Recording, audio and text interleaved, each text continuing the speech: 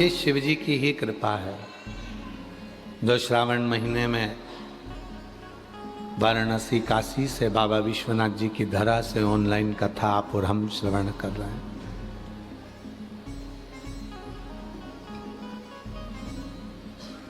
सीधा संपर्क बाबा विश्वनाथ जी से इस कथा के माध्यम से सावन के महीने में आपसे जोड़ने का प्रयास किया है।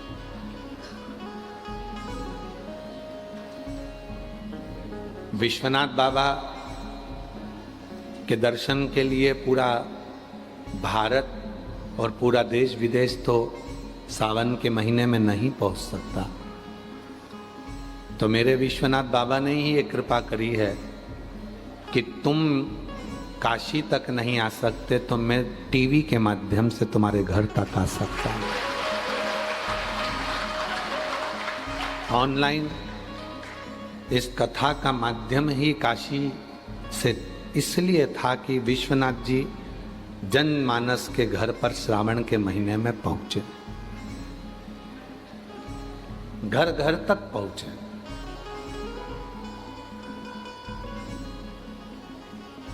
हर घर में मेरा विश्वनाथ बाबा पहुंचे। और विचार करिएगा, जब 5 बार काशी काशी काशी काशी बोलने पर व्यक्ति की मुक्ति हो जाती है, तो काशी विश्वनाथ जी की धरा से कथा तुम्हारे मोबाइल पर और टीवी पर अपने घरों पर चल रही होगी, तो मेरा बाबा तुम्हारे यहाँ अन्नपूर्णा का भंडार तो भरेगा ही।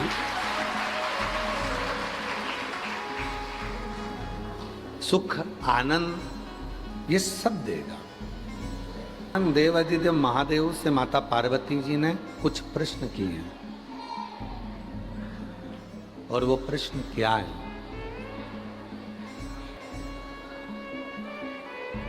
मां पार्वती जी ने पूछा एक बार देवाधिदेव महादेव से, अमृत कहां मिल सकता? अमृत प्राप्ति का केंद्र बिंदु क्या है?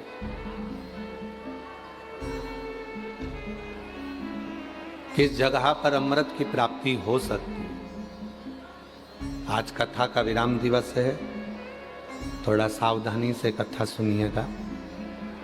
कहते हैं मेहमान घर से जाते हैं तो बच्चों के हाथ में कुछ देकर जाते हैं, और कुबेरेश्वर बाबा की ये शिव पुराण जिस दिन विदा लेती है उस दिन आपकी झोली में कुछ ना कुछ डालकर जरूर जाती है। पार्वती जी ने पूछा भगवान शिव जी से कि अमृत प्राप्ति का स्थान कौन सा,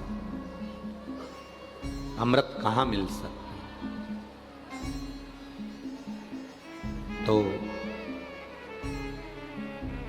पार्वती जी ने कहा, क्या समुद्र मंथन में जो अमृत निकला तो क्या केवल समुद्र में अमृत मिल सकता है? फिर किसी ने कहा कि शरद पूर्णिमा पे खीर छत पर बनाकर रखी जाए, शरद पूर्णिमा के चंद्रमा से अमृत टपकता है, जड़ता। तो पार्वती जी पूछ रही हैं, क्या अमृत चंद्र से प्राप्त हो सकता है? फिर किसी कवि ने कहा कि सुंदरता में अमृत होता है, तो क्या सुंदरता में अमृत हो सकता है?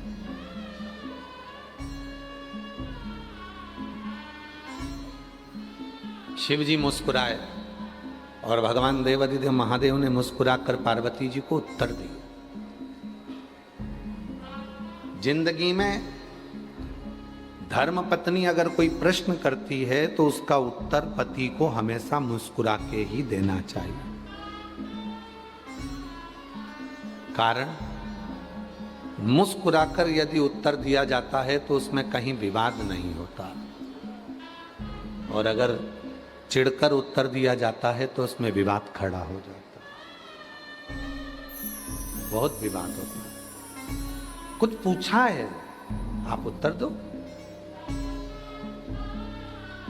अर्धांगिनी है तुम्हारी पत्नी है तुम्हारी, पूछ सकती है, तुमसे प्रश्न कर सकती है, तो तुमको उत्तर तो देना चाहिए।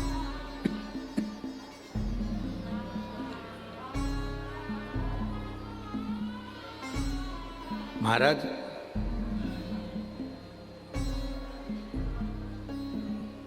रामचरितमानस मनुष्य को जीना सिखाती है, श्रीमद् भागवत मनुष्य को मरना सिखाती है, और शिव महापुराण की कथा संसार में जन्म लेने के बाद जिंदगी कैसे जीना चाहिए, ये शिव महापुराण की कथा बताती है। भागवत बताती है कि मृत्यु कैसी होना चाहिए।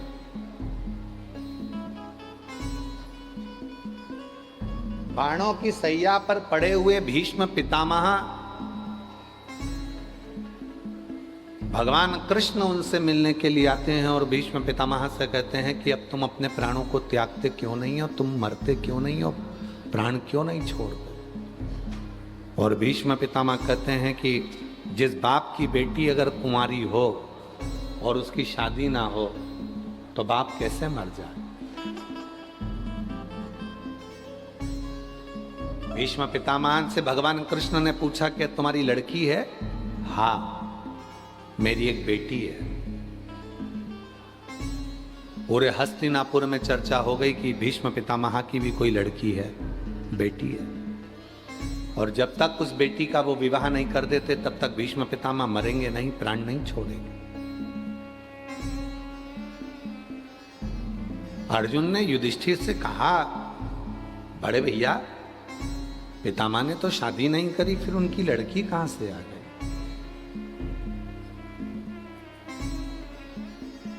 पांडव एकत्रित हुए, सब इकट्ठे होकर भीष्म पितामह के पास गए। भगवान कृष्ण ने कहा कि तुम अपनी लड़की का विवाह किसके साथ करना चाहते हो? हम तैयार हैं। तुम्हारी लड़की कहाँ है? बुलाओ। विवाह किसके साथ करना है बताओ। भीष्म पितामह ने कहा, मैं अपनी लड़की का विवाह कृष्ण तुम्हारे साथ करना चाहता हूं।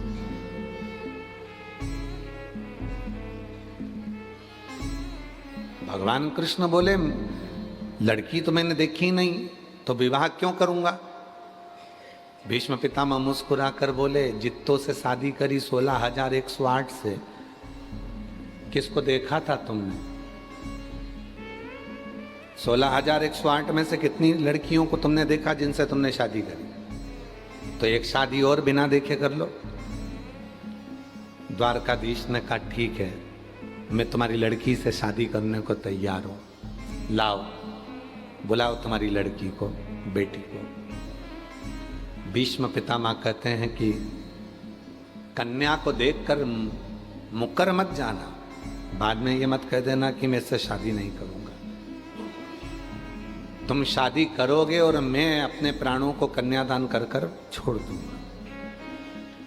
मेरी लड़की इधर उधर भटके ना, बाद में मेरी लड़की को दुख ना हो। कृष्ण मुस्कुराकर बोले, ठीक है, मैं वचन देता हूं कि तुम्हारी लड़की को दुख नहीं आने दूंगा। तुम्हारी लड़की से मैं शादी करने को तैयार। बाणों पर सैया पर पड़े हुए भीष्म पितामह अब कृष्ण से कहते हैं, मेरी बुद्धि रूपी बेटी का विवाह मैं तेरे साथ में करना चाहता हूं। अपनी बुद्धि, ये भी एक बेटी है, और हर व्यक्ति को यह विचार करना चाहिए कि अपनी बुद्धि रूपी लड़की को किसके साथ ब्याह करना चाहते हो। ये बुद्धि को हर कहीं नहीं ले जाना है। कोई निंदा कर रहा है तो उस बुद्धि को निंदा में ले गए, कोई चुगली कर रहा है तो बुद्धि को चुगली में ले गए, कोई गलत बोल रहा है तो बुद्धि को गलत में ले गए। इस बुद्धि को तुम्हें कहाँ लेकर जाना है, ये तुम पर निर्भर करता है।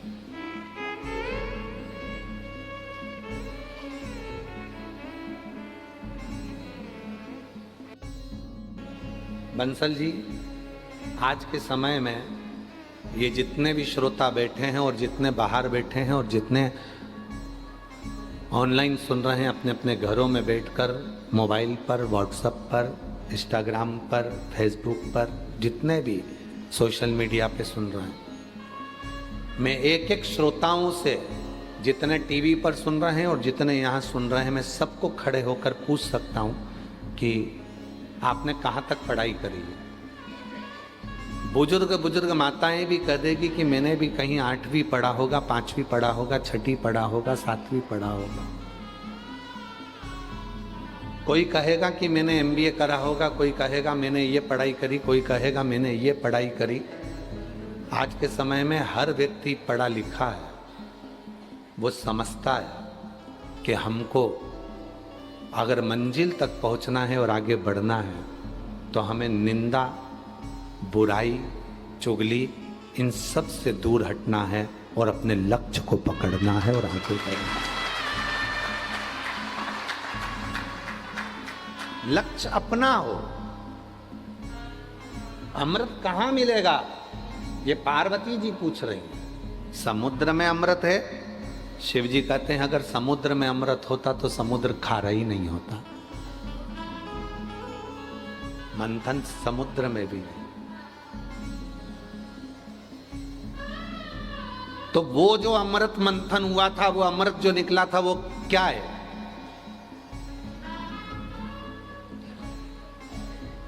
शिव जी ने कहा वो तो विचारों का मंथन है।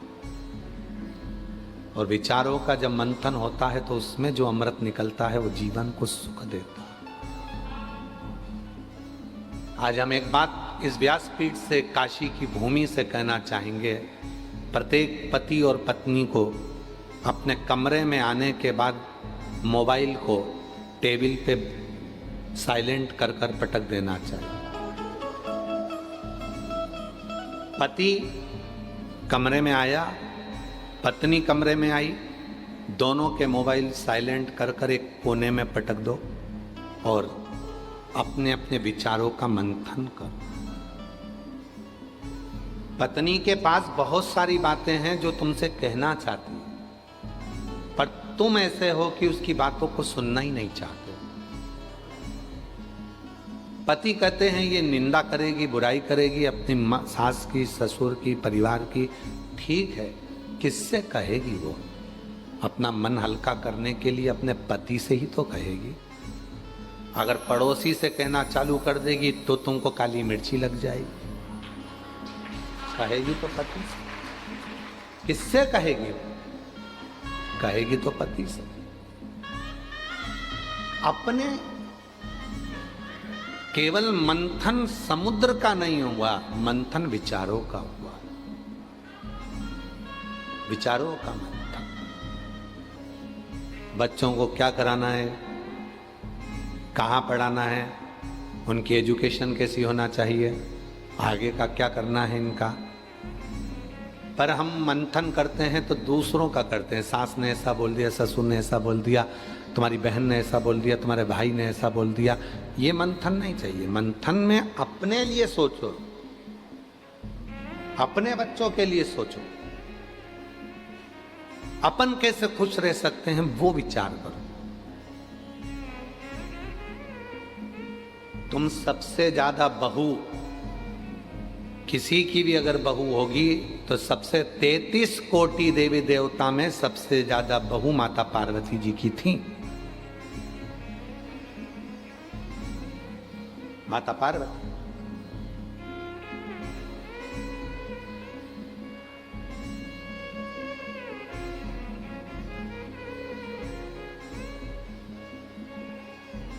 कई माताएं कह देती हैं कि हम हमारी बहू को निभा रहे हैं, बहुएं कहती हैं हम हमारी सास को निभा रहे हैं। मेरी जीजियों, कोई किसी को नहीं निभा रहा, समय चक्र निभा कर चल रहा है और तुम उस परिधि के अंदर चल रहे हो। निभाना किसको कहते हैं? कभी विचार करना माता पार्वती जी की बहुओं को देखकर।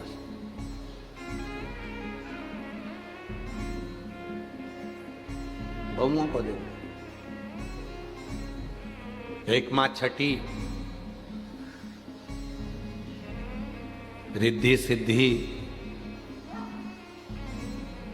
बहुओं का क्रम देखिएगा। 6 लड़कियां, जया, विषहरा, सामदीवारी, दौतली, देव, अशोक सुंदरी। दामाद बच्चों के बच्चे शुभ और लाभ, उनके बच्चे अमोद और प्रमोद।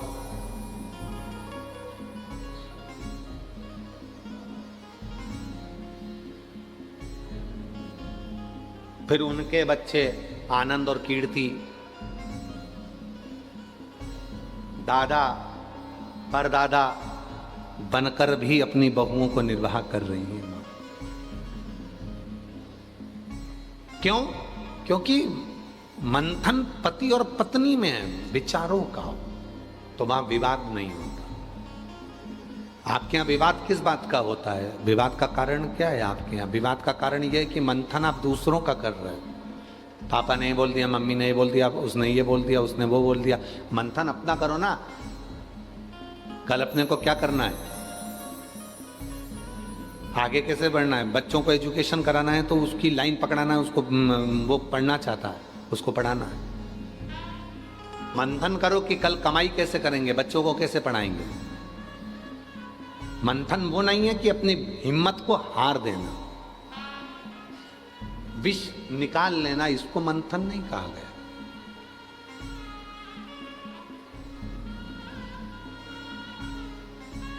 अभी कल एक न्यूज हमारा आशीष हमको दिखा रहा था कि एक बाप ने अपने बच्चे को ही बहते हुए नहर में पानी में फेंक दिया। मां अपने एक बच्चे को लेकर चली गई, बाप के पास एक बच्चा रह गया, दोनों में लड़ाई झगड़ा चल रहा था और बच्चे से क्या तुमने निकाला, ये अमृत नहीं है, ये विष है, इसको अमृत नहीं कहेंगे। अमृत उसको कहा गया। पार्वती जी ने पूछा क्या समुद्र में से निकला वो अमृत है? शिव जी कहते हैं अगर अमृत समुद्र में होता तो समुद्र खारा नहीं होता। लोग कहते हैं शरद पूर्णिमा पे चांद में से अमृत झड़ता है। लोग अपने अपने घर की छत पे खीर बना बना के रख देते, पीते हैं तो भी मर जाते हैं। तो क्या अमृत चंद्रमा में है? शिव जी कहते हैं अमृत चंद्रमा में होता तो वो घटता नहीं, बढ़ता नहीं, हर बार घटता है, हर बार बढ़ता है, उसमें भी अमृत नहीं है। अमृत के सुंदरता में होता है, तो जो कुरूप है क्या वो मरते नहीं है? अमृत कहाँ है? तब शिव जी पार्वती जी को नंदी पर बिठाए और अमरनाथ ले गए। यही अमृत के लिए अमरनाथ लेकर गए। लोग पूछते हैं अमरनाथ की गुफा में क्या हुआ था। आज विश्वनाथ जी की धरा से इस कथा को सुन लेना कि पार्वती के प्रश्न थे, क्या अमृत समुद्र में है, क्या अमृत चंद्र में है, क्या अमृत संसार में है। तब शिव जी उत्तर देने के लिए पार्वती को अमरनाथ की गुफा में ले गए। नंदी को बाहर छोड़ा, गंगा जी को बाहर छोड़ा, सर्प को बाहर छोड़ा, शिव जी अमरनाथ की गुफा में प्रवेश कर गए। आप सबको मालूम होगा कि 2 बार शंकर जी ने गंगा को अपने सिर से उतारा था।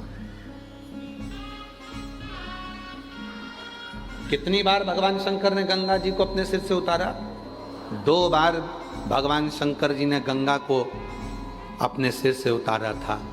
एक बार जब भगवान शिव विवाह कर रहे थे तब गंगा को सिर से उतार दिया था। अगर गंगा सिर पे रहती, 7 भावर पड़ जाती तो गंगा अर्धांगिनी हो जाती, इसलिए उतार दिया। दूसरी बार गंगा को उतारा था जब अमरनाथ जी की गुफा में कथा को श्रवण कराने के लिए गए, अमृत तत्व को बताने के लिए गए, तब गंगा को बाहर छोड़ दिया। तुम भीतर प्रवेश नहीं कर सकते। सर्प को, नंदी को, सबको उतार कर शिव जी अंदर गए और पार्वती जी के प्रश्न का उत्तर, अगर आप लोगों ने अमरनाथ की कथा का स्मरण यदि करा होगा स्कंद पुराण से, तो कुछ प्रश्न दिए गए, उन प्रश्न का उत्तर शिव दे रहे थे और शंकर भगवान ने तुरंत सारे प्रश्नों के उत्तर का निचोड़ दे दिया। हे पार्वती, संसार का मनुष्य जान नहीं पाता, अमृत उसके कंठ में, उसकी जिह्वा पर बैठा हुआ होता है। कंठ में उत्साह। आप अपने कंठ से जब निंदा कर रहे हो, बुराई कर रहे हो, अपशब्द कर रहे हो, ताना दे रहे हो, गाली दे रहे हो, आड़ा टेढ़ा बोल रहे हो, तो तुम्हारे कंठ पर विष भरा पड़ा है।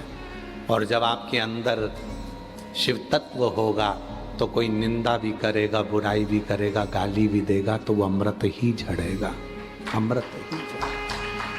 उसमें कुछ दूसरा झड़ना ही नहीं है। चलो एक बात और सुनो, ये एक घड़ा है, उस घड़े में घी भरा है, उसको तुम गाड़ी में लेके जा रहे हो तो उसमें से पानी झलकेगा कि घी झलकेगा? जम के तो बोलो घी। पानी का घड़ा लेकर जा रहे हो और उसमें को गाड़ी में लेके जा रहे हो तो उसमें से गन्ने का रस झलकेगा, घी झलकेगा, तेल झलकेगा कि पानी झलकेगा? पानी झलकेगा। जो घड़े के अंदर होगा वही झलकेगा।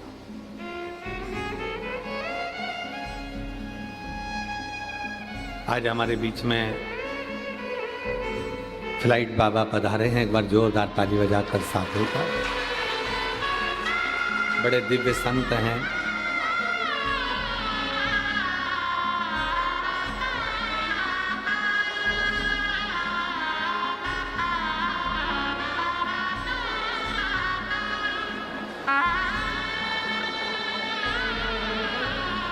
फ्लाइट बाबा बड़े दिव्य संत हैं। बैंक में अकाउंट नहीं है, पृथ्वी पर मकान नहीं है, जो झोली कंधे पर टांग के चलते हैं यही बैंक है और यही घर है। एक बार जोरदार ताली बजाने के लिए साथी।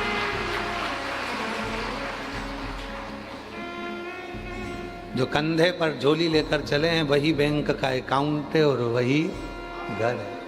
हाँ वो तो है ही। शिव एक बार जोरदार ताली बजाएं फ्लाइट बाबा के लिए साथ। बड़ी कृपा है। कहीं कहीं कथा में शिव जी की कृपा से फ्लाइट से नीचे उतर कर आ जाते हैं। ये खुशी कहीं। और हमने देखा है इनका सही एयरपोर्ट तो हमारी शिव पुराण की कथा ही है या बापू की राम कथा है। आज हम एक बाबा जी को कहेंगे, सतुबा बाबा जी को भी, फ्लाइट बाबा जी को भी, आज हमको एक बड़ी खुशी की बात कि हमारे भारत के ऐसे संत जिन्होंने राम कथा के माध्यम से पूरी दुनिया को राममय करा। गुजरात की भूमि से जो धारा निकली, परम पूज्य मुरारी बापू जी अपनी तुलसी जयंती का उत्सव लोग भारत में मनाते, वो अमेरिका की भूमि पर मना रहे हैं। एक बार जोरदार ताली से विचार करना। हमारे भारत के सनातन धर्म को अमेरिका तक लेकर गए हैं परम पूज्य मुरारी बापू जी, और जो तुलसी जयंती को भी अमेरिका में मना रहे हैं बाबा जी। तुलसी जयंती अमेरिका में, और वहां के सनातनियों को एकजुट कर रहे हैं कि रामचरितमानस के तत्वों को पढ़ो, अध्ययन करो और अपने अंदर उतारो। ऐसे भारत के संत परम पूज्य मुरारी बापू जी के श्री चरणों को नमन करता हूं, जो इस भारत की भूमि से रामचरितमानस को लेकर देश विदेश तक भारत के गौरव संतों को पहुंचा रहे हैं, गौरवान्वित कर। शिव जी अमृत दे रहे हैं और भगवान भोलेनाथ जी ने अमरनाथ की गुफा में अमृत तत्व को बता दिया। वो अमृत कहाँ है? आपके जिह्वा में, कंठ पर। बात चल रही थी घड़े की। तेल का घड़ा ले जा रहे हो गाड़ी में, उसमें से पानी झलकेगा? नहीं, उसमें से तेल झलकेगा। जिसके अंदर शिव तत्व का अमृत भरा होता है, उसके वाणी से वो शिव तत्व का अमृत झलकता है। जिसके अंदर बुराइयां भरी होती है, उसके अंदर से बुराई झलकती है। जिसके अंदर गाली भरी होती है, उसके मुख से गाली झलकती है। जिसके अंदर अहंकार भरा होता है, उसके मुख से अहंकार झलकता है। जिसके भीतर ज्ञान होगा तो ज्ञान झलकेगा। ज्ञान। और इस व्यासपीठ को कहूँ मैं, कई लोग बहुत अपशब्द कहते हैं, कोई कहता है सीवर वाला बाबा ये गलत करा, वो गलत करा, वो गलत करा, पर हमारे अंदर केवल शिव तत्व भरा है, हम कुछ नहीं जानते। एक लोटा जल सारी समस्या का जो है वो हमारे पास से झलकेगा, इसके सिवाय हमारे पास निंदा झलकने का कहीं सार तत्व ही नहीं, कोई सार। और बाबा जी कहूं एक बात, अगर कोई भूल से भी आपके पास में आकर कह देना कि सीहोर वाले बाबा ने तुम्हारे लिए ऐसा बोला या किसी व्यक्ति के लिए वैसा बोला, हमारे पास इतना समय नहीं रहता कि हम किसी के लिए कुछ बोलें। हमारे 24 घंटे हर पल हम जब अपने कमरे से ही नहीं निकलते तो हमारी वाणी से केवल श्री शिवाय नमस्तुभ्यम ही निकलता रहता, हमें कोई मतलब कौन अच्छा कौन बुरा संसार के लोग जाने, हमारे पास नहीं है वो चीज। हम तो भगवत, हम तो बाबा के भरोसे चलते हैं, हम तो बाबा के भरोसे चलते। और वो अमृत है मेरे शिव का। अमरनाथ की गुफा में बैठकर भगवान शंकर पार्वती जी को अमृत का महत्व समझा रहे हैं कि पार्वती तेरी जिब्या में, तेरे कंठ पर अमृत भरा। याद करो, दुनिया के लोगों ने माँ काली का स्वरूप का दर्शन किया, चंदन भी माँ काली का दर्शन किया। दुनिया के लोग क्या कहते हैं, माता ने अपने पति के ऊपर लात रखी और जिब्या बाहर निकाली।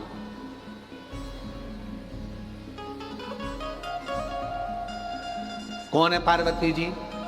शक्ति। कौन है पार्वती जी? शक्ति। अब जरा विचार करिएगा, जब आद्य शक्ति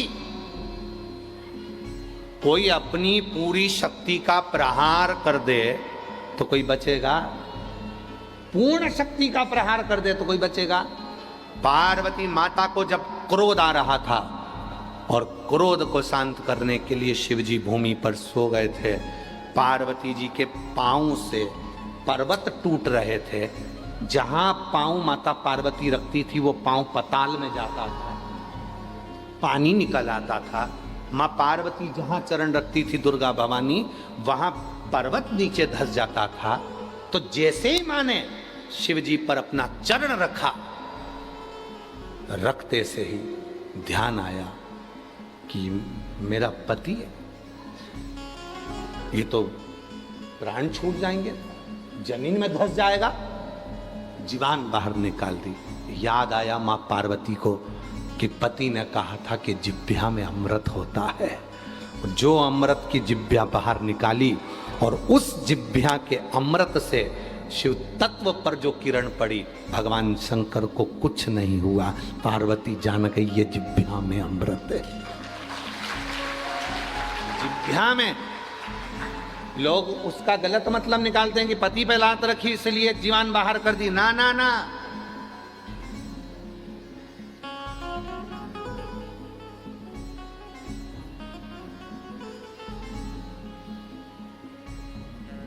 एक मातृत्व प्रेम किसको कहते हैं? छिन्नमस्ता माता का कभी नवरात्रे में आप लोग कभी स्मरण करें, देवी भागवत का पाठन करें, पढ़ाई करें, तो उसमें आपको आएगा शिव जी ने जब एक बार बहुत विष को धारण कर लिया था तो शंकर भगवान को भी माता पार्वती ने स्तनपान करा दिया, विष को समाप्त कर।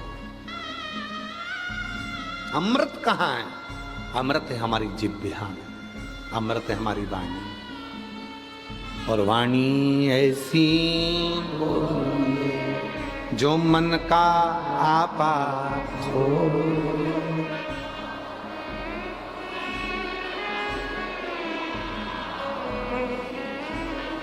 पर आज के जमाने में वाणी ऐसी बोलिए जो जम के झगड़ा होए, पर उससे मत बोलिए जो तुमसे तगड़ा। आज का जमाना विचित्र है, लोग वाणी ऐसी बोलते हैं जिसमें झगड़ा हो जाए, लड़ाई हो जाए, कुछ हो जाए। नहीं, प्रेम की वाणी। और वो प्रेम की वाणी किसको कहते हैं? आप सबने सुना होगा सदानंद कार्तिकेय जी के कितने मुख हैं? कार्तिक बाबा के कितने चेहरे हैं? 6। मंदिर में जाते हो तो कार्तिकेय जी के 6 चेहरे देखते होगे। कार्तिकेय बाबा को कार्तिक नाम किसने दिया? कृतिका हूं। कृतिका कौन थी? कौन थी कृतिका? अरे भाई, भगवान शंकर के तेज पुंज को लेकर अग्नि देवता चले। इतना तेज था उस तेज पुंज में, इतनी अग्नि थी उस तेज पुंज में, कोई दूसरा देवता उस अग्नि को अपने पास में नहीं रख सकता। तो अग्निदेव ने उसको झेला। अग्निदेव स्वयं अग्नि। फिर अग्नि से भी वो ना झिलाया तेज पुंज, गंगा जी को दे दिया। मां गंगा जी को दिया।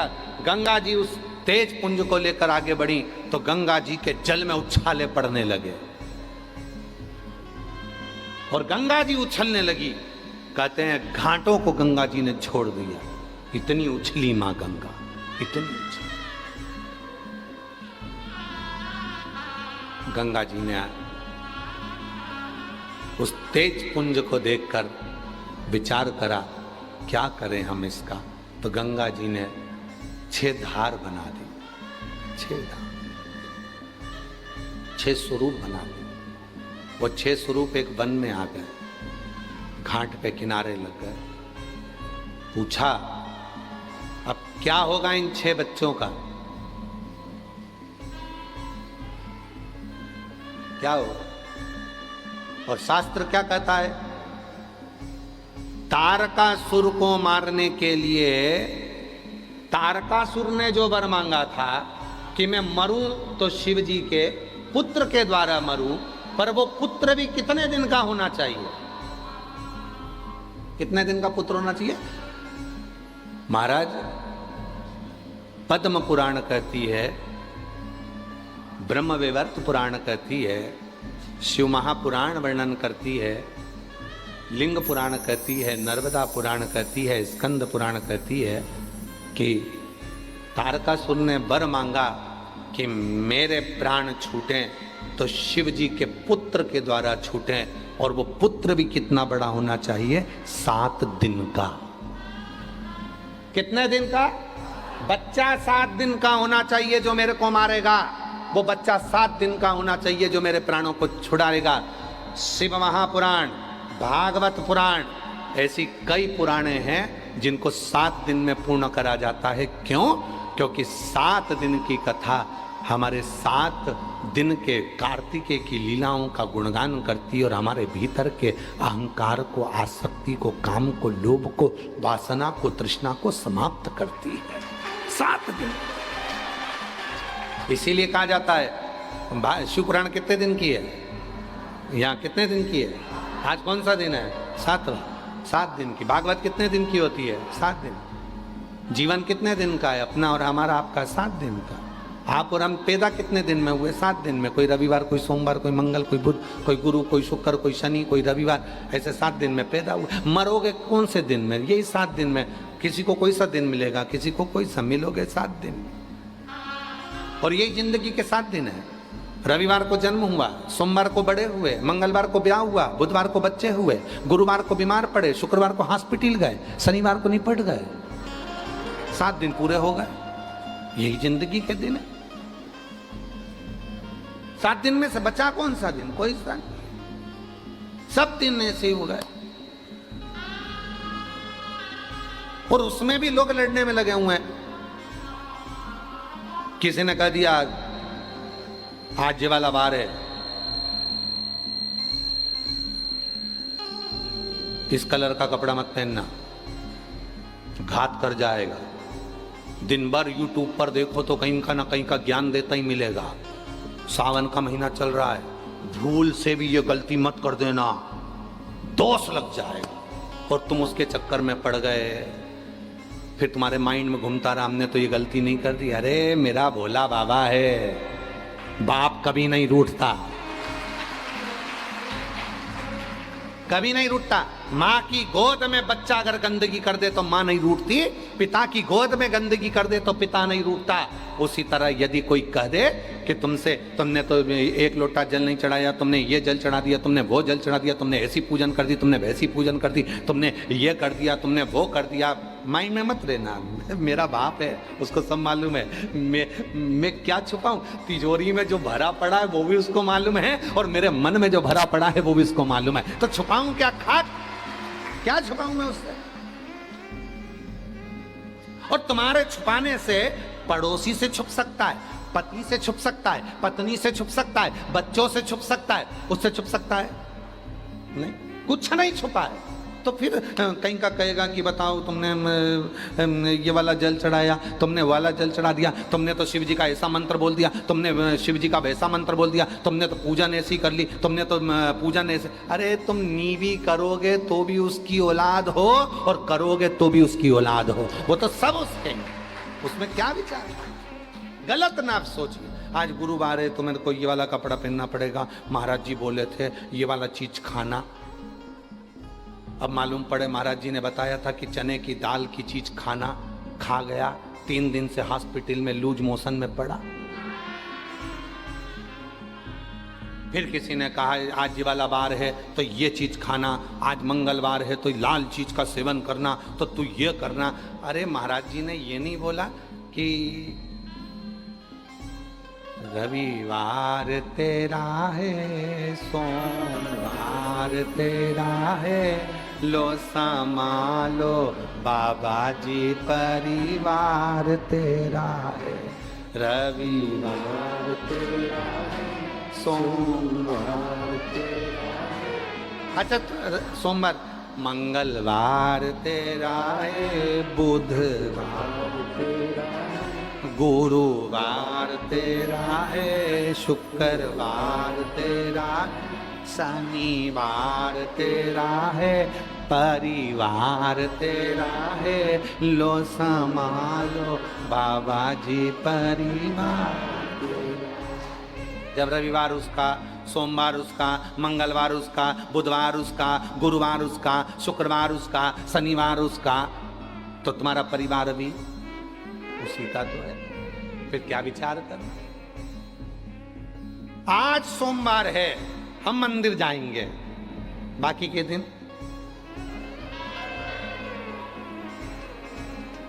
दिन होटल में मेरा नाम चिन चिन चुप, बाकी के दिन होटल में यही काम करेंगे।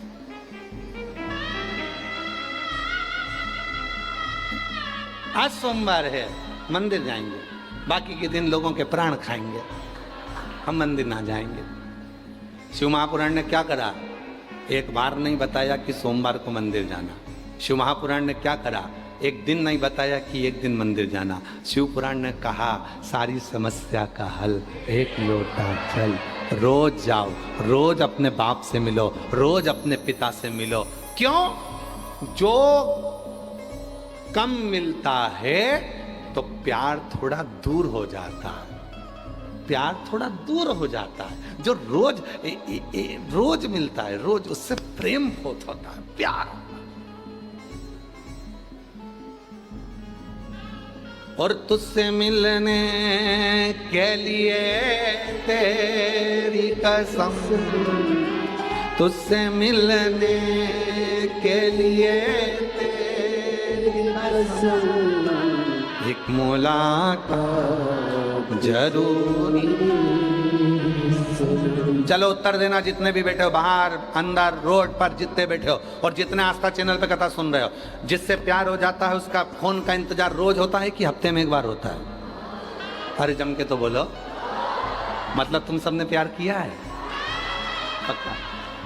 जिससे प्यार हो जाता है उसके फोन का इंतजार रोज होता है। 4 बजे फोन आएगा, 4 बजे फोन आएगा, इंतजार रहता है। और जब तुम बाबा से, विश्वनाथ जी से, शंकर जी से, मेरे भोले बाबा से जब तुम प्यार कर बैठते हो, रोज एक लोटा जल चढ़ाते हो, रोज जाते हो, तो उसको भी तुम्हारे एक लोटे जल का इंतजार होता। आती होगी, आती होगी, आती होगी, आती होगी, उसको इंतजार रहता है। वो आएगा, वो आएगा, वो आएगा, उसको इंतजार है।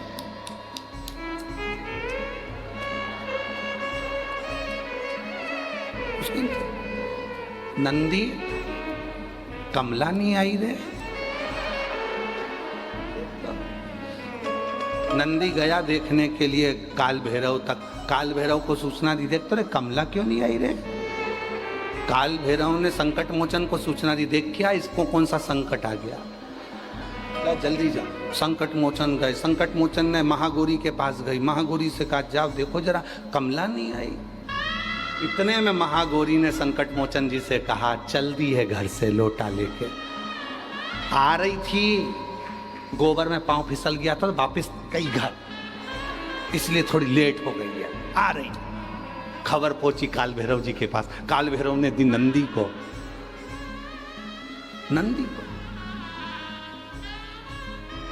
नंदी ने जाकर विश्वनाथ जी से कहा चिंता मत करो, निकल गई है, आ रही है, आ रही है। और जब वो बुलाता है सारे रास्ते क्लियर कर देता है, चल जाता है। नौकरी करने के लिए कितने लड़के लड़कियां बैठे हैं जो अप्लाई करते हैं, जो नौकरी के लिए अप्लाई कर रहे हो आप लोग, तो नौकरी करने वाले लड़का लड़की फॉर्म भरते हैं। जब रेलवे की नौकरी निकलती है, शिक्षक की नौकरी निकलती है, पुलिस की नौकरी निकलती है, आर्मी की नौकरी निकलती है, सारी पीडब्ल्यूडी की नौकरी निकलती है, गवर्नमेंट की जितनी नौकरियां निकलती हैं उसके लिए लाखों फॉर्म भराते हैं बाबा जी, लाखों फॉर्म भराते हैं। क्या सबका सिलेक्शन हो जाता है? जम के बोलो नहीं। लाखों में से कुछ हजार, हजार में से भी फिर 100, 200, 500 उनका सिलेक्शन होता है। आप खुश होना, काशी में मुस्कुराना कि इतनी सारी काशी भरी पड़ी है, पर उसमें से कथा सुनने का सिलेक्शन हमारा हुआ है। सिलेक्शन, और ये नौकरी पक्की हो गई, तनख्वाह उसकी चालू हो गई, 3 महीने बाद मिलना प्रारंभ। जिसने कथा सुनी, बाहर सुनी, अंदर सुनी, कहीं पर भी बैठकर, सोशल मीडिया में, मीडिया में, टीवी पर, कहीं पर बैठकर सुनी, तुम्हारी तनख्वाह पक्की हो गई, निश्चित।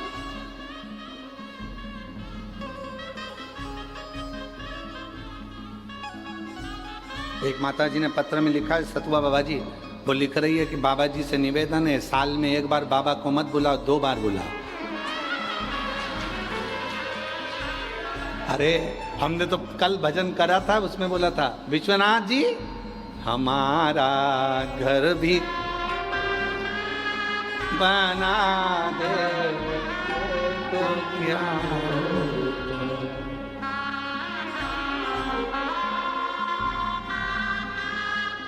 है ना।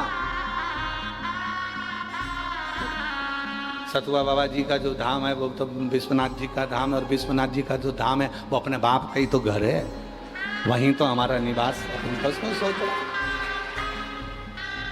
बना देते तो क्या होता, बना देते तो क्या होता, हमें भी काशी में अपनी बुला लेते तो क्या होता, हमें भी काशी में अपनी बुला लेते तो क्या होता। प्रेम करो भगवान से, और जब बाबा से प्रेम हो जाएगा फिर कुछ नहीं सूझेगा, फिर तो वो इंतजार करेगा, आएगी आएगी और आएगी, फिर वो बोल के जाएगी। कई लोग कह देते हैं कि भगवान से कभी कुछ नहीं मांगना चाहिए, सियोर वाले महाराज ने तो सबको मांगना सिखा दिया। जो आता है शिव जी के मंदिर में, कहीं गेहूँ चढ़ा जाता है, कहीं ये चढ़ा जाता है, कहीं वो चढ़ा जाता है। अरे सियोर वाले महाराज जी ने सबको मांगना सिखा दिया। अरे मांगना इसलिए सिखाया क्योंकि हमने अपने बचपन में सीखा था। जब हम छोटे थे अपनी मम्मी से कहते थे, मम्मा आज चटनी अच्छी बनी है, 1 रोटी और ला दो। माँ खुश होकर 2 रोटी देकर जाती थी। पापा मुझे ये खिलौना अच्छा लगा है, पापा खिलौना दिला देते थे। उसी तरह भगवान विश्वनाथ हमारे बाप हैं, अपने पापा से नहीं मांगेंगे तो क्या पड़ोसी से मांगेंगे? अपने पिता से मांगे ना। सनातन धर्म में और अन्य धर्म में यही अंतर है। सनातन धर्म परमात्मा को पाना चाहता है और अन्य धर्म, उनका पेट ही नहीं भराया नीचे आने के बाद, तो भी उनको एक से बढ़कर एक हूर चाहिए। तो भी सनातन धर्म में परमात्मा से प्यार किया जाता है। यहाँ परमात्मा, उनको तो ईश्वर से। और तुझे ना देखूं तो मुझे आता, तेरे सिवा कोई मुझे भाता आता ही नहीं कुछ। जब तक शिव ना दिखे, जब तक शंकर ना दिखे, जब तक विश्वनाथ ना दिखे, जब मैं रोज एक लोटा जल चढ़ाने के लिए जाती हूँ, जिस दिन मैं जल चढ़ाने ना जाऊं उस दिन मेरे को बेचैनी हूँ। आज मैं गई नहीं, आज मैं मंदिर नहीं गई, आज मैंने कथा नहीं सुनी, आज मैंने सियोर वाला बाबा के कथा सुनी नहीं, टीवी पे नहीं सुन पाई, मोबाइल में नहीं सुन पाई, बेचैनी लगने लगे, तो समझ लेना कि कहीं मुझे प्यार हुआ तो नहीं। इसी को इसमें कहते हैं ये शिव से प्रीत है, ये शंकर से प्रीत है, ये भगवान से प्रीत है, हम उससे जुड़ जाएं।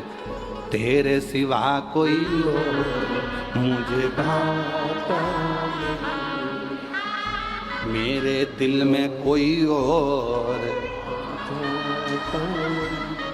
आता नहीं। ये इसी को प्रेम कहते हैं। कितना सुंदर कहा। विष्णु पुराण को पढ़िएगा, कूर्म पुराण को पढ़िएगा, अग्नि पुराण को पढ़िएगा, कितनी सुंदर बात कही विष्णु पुराण में। ब्रज की धरा पर जाकर, ब्रज की भूमि पर जाकर, अयोध्या की भूमि पर जाकर, जगन्नाथपुरी में जाकर, द्वारकापुरी में जाकर, मथुरापुरी में जाकर, जितनी पुरियां हैं इन सारी पुरियों में जाकर, जो उस पुरी में जाकर भगवान शंकर को ढूंढता है, उसे राम और कृष्ण सरलता में मिल जाते हैं, सरलता में मिल जाते। और हम क्या करते हैं, अयोध्यापुरी गए तो राम जी को ढूंढने का प्रयास करते हैं। आप अयोध्यापुरी जाना तो कभी शंकर जी का मंदिर ढूंढना, एक लोटा जल शंकर जी के मंदिर को ढूंढना अयोध्या में और चढ़ा के आ जाना, राम जी तुम्हें ढूंढना चालू कर देंगे। कहाँ गई? सिफारिश भी कराओ तो अच्छी जगह से कराओ। अयोध्या में पहुंचते सी एक लोटा जल, मंदिर ढूंढो शंकर जी का, जल्दी ढूंढो शंकर जी का मंदिर मिल जाए, एक लोटा जल भरा और चढ़ा दिया। भोलेनाथ जी को जैसे ही जल चढ़ाया, शंकर जी ने तुरंत फोन लगाया, आइए भानुमति की छोरी, गप्पो की भाई की लड़की, आइए दर्शन दे देना, अब तुम्हारे लिए सारे रास्ते खाली। तो लोगों ने कहा हम अयोध्या दर्शन करने के लिए गए, ऐसी कृपा हो गई, उस दिन तो मंदिर पूरा खाली था, मेरे को तो बहुत अच्छे से दर्शन हुए। दर्शन कैसे हुए? कौन लगाया? किसने? बाबा ने। इसलिए अयोध्यापुरी जाना तो पहले शिव जी को एक लोटा जल चढ़ाना, सारे रास्ते खाली हो जाएंगे। मथुरा जाना, ब्रज जाना, वृंदावन जाना, काशी, आप ब्रज में गोकुल, बरसाना, नंदगांव, कहीं पर भी जाना, पहले ब्रज के शंकर जी के मंदिर जाना, कहीं गोपेश्वर, कहीं भूतेश्वर, कहीं चकलेश्वर, किसी शिव मंदिर में चले जाना और वहां जाके एक लोटा जल चढ़ा देना, तुम्हारे लिए सारे मंदिर खाली, फोन लग जाएगा, आई है के गई है, खाली कर दो। बोलो सही है कि गलत है? काशी में आओ तो तुम्हारे पहचान वालों के पास जाओ, पहचान वालों के पास जाओ तो जाओगे तो काशी विश्वनाथ जी के अच्छे से दर्शन करा देंगे। बोलो रे बोलो, सही है। उसी तरह अयोध्या में जाओ तो तुम्हारे पहचान वालों के पास जाओ। पहचान वाला कौन? बाबा जी, भोलेनाथ जी। आप पहचान वालों के पास जाओगे, वो अच्छे से दर्शन करा देंगे। अपनी पहचान तो वहीं तक है, और वहाँ गए और सब काम हो गया। उज्जैनी जाओ, कहीं जाओ, तुम्हारी मर्जी पड़े, पूरी पुरियां जितनी है। जगन्नाथपुरी में जाना तो बाबा भुवनेश्वर का दर्शन कर कर एक लोटा जल चढ़ाकर भगवान शंकर को एक लोटा जल चढ़ाओ, जगन्नाथ जी के दर्शन अच्छे होंगे। द्वारकापुरी जाना तो द्वारकापुरी में प्रवेश करते सी दरवाजे में सीधे हाथ पर नीचे की ओर शंकर जी हैं, एक लोटा जल चढ़ाना, फिर अंदर जाना, पूरे रास्ते खाली, दर्शन आराम से होंगे। सप्तपुरियों में कहीं पर भी जाओ, शिव जी को एक लोटा जल चढ़ाओ, आपके लिए रास्ते खाली हो जाए। तुम आए और तुम्हारे लिए रास्ते, पहाड़ों फूल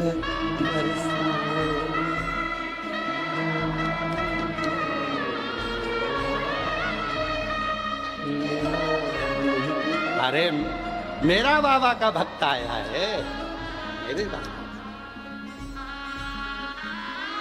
आगे क्या? रागनी मेरा बाबा आया है,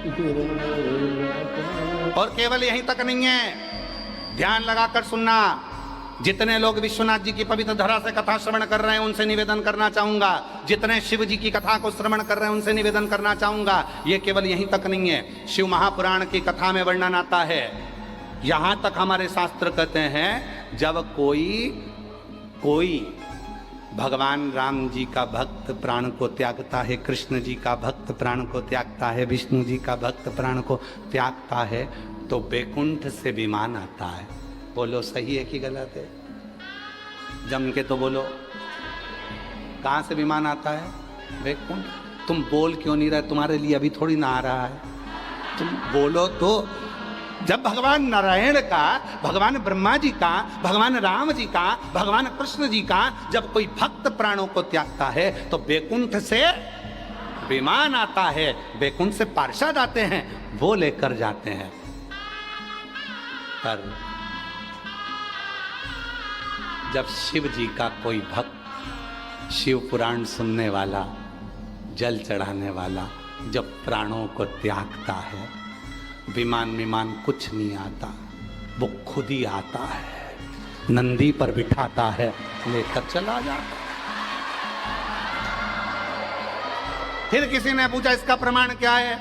तो शिव महापुराण की विद्येश्वर संहिता को चालू होने से पहले शिव महापुराण के महत्तम में लिखा है, देवराज नाम का ब्राह्मण चोरी का धन लेकर शंकर जी के मंदिर में गया, चोरी का धन लेकर गया था, शिव पुराण की कथा सुन ली थी, शिव जी के मंदिर में गया था, बाहर निकला, प्राण छूट गए तो उसको लेने के लिए कोई नहीं आया, शंकर भगवान नंदी लेकर आए और उसको बिठाया नंदी पे, शंकर जी पकड़े नंदी को और चल दिए। तो इतने में इंद्र ने पूछा, बाबा ये तो चोर है और तुम इसको नंदी पे बिठा कर ले जा रहे हो?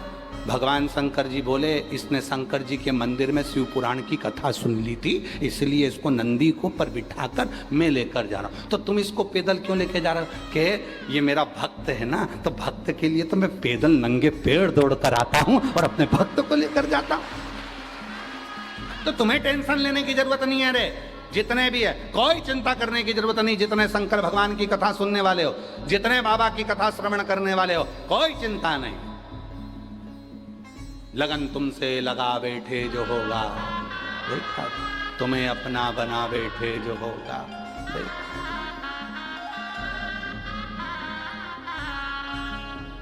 हमें उससे लगन जोड़ी है, हमने उससे प्रीत जोड़ी है, उससे अब तारकासुर कह रहा है कि 7 दिन के बच्चे से भगवान शंकर के पुत्र हों, 7 दिन के हों, वो मुझे मारे। अब 7 दिन का बच्चा कैसे मारे? कैसे मारे? ठीक है, ब्रह्मा जी बोल दिए तथास्तु।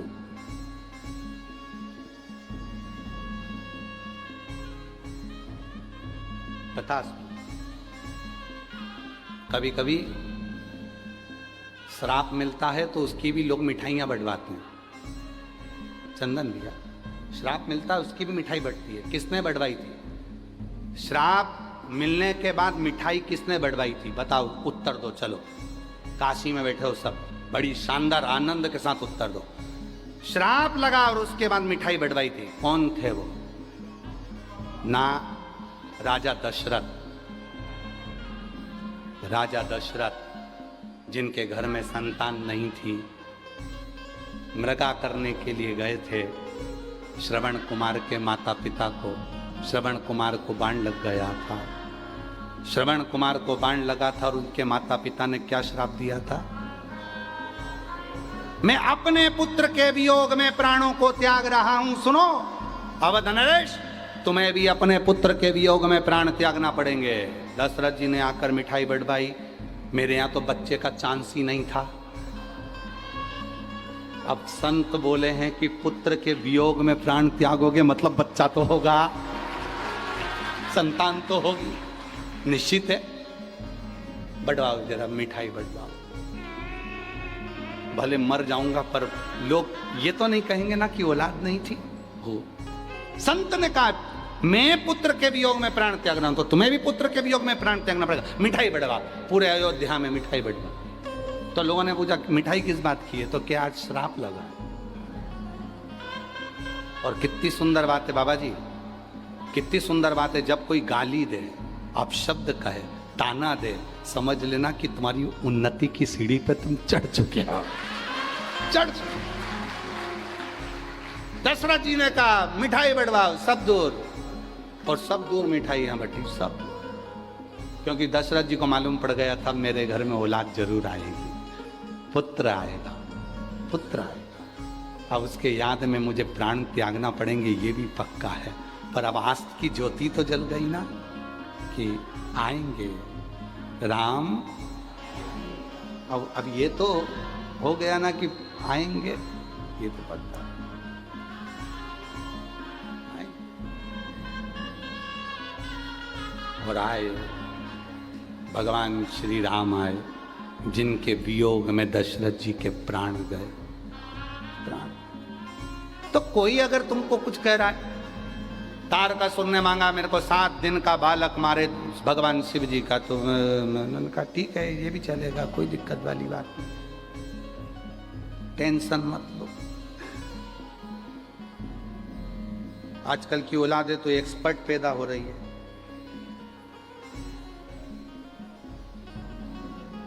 एक्सपर्ट,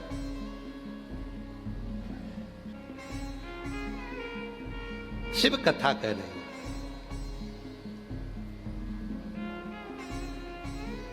गंगा मैया ने 7 बालक कर दिए।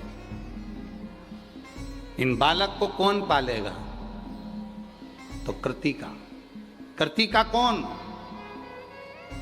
कौन है ये कृतिका? है अग्निदेव की धर्म पत्नी स्वाहा। एक बार अग्निदेव का ध्यान सप्त ऋषियों की पत्नी की ओर गया, उनकी सुंदरता को देखा तो स्वाहा से कहा कि सप्त ऋषियों की पत्नियां इतनी सुंदर है। उनका गुणगान जैसे ही सुना, स्वाहा ने सप्त ऋषियों की पत्नी का रूप रखा और अपने पति अग्निदेव के पास गए। एक एक ऋषि की पत्नी का रूप रखकर जब अग्निदेव के सामने स्वाहा प्रकट होती है, केवल सप्त ऋषियों में से एक थी अरुंधति, जिसका रूप स्वाहा नहीं रख पाई थी। अरुंधति का रूप स्वाहा नहीं रख पाई, क्योंकि अरुंधति सप्त ऋषियों की एक ऋषि की ऐसी धर्म पत्नी थी, वो अरुंधति की भगवान शिव की उपासक थी। और शंकर का जो उपासक होता है, शिव का जो उपासक होता है, ना तो उसके जैसी नकल करी जाती है, ना उसके जैसी अकल आ पाती है, ना उसके जैसे विचार आ पाते हैं। आप बुराई कर सकते हो, निंदा कर सकते हो, गाली दे सकते हो, पर उसके जैसी भीतर शांति शीतलता नहीं ला सकते। अरुंधति का रूप अग्निदेव की धर्मपत्नी स्वाहा नहीं रख पाई। शिव की साधक थी अरुंधति, शिव की उपासक थी, रूप ही नहीं रख पाए।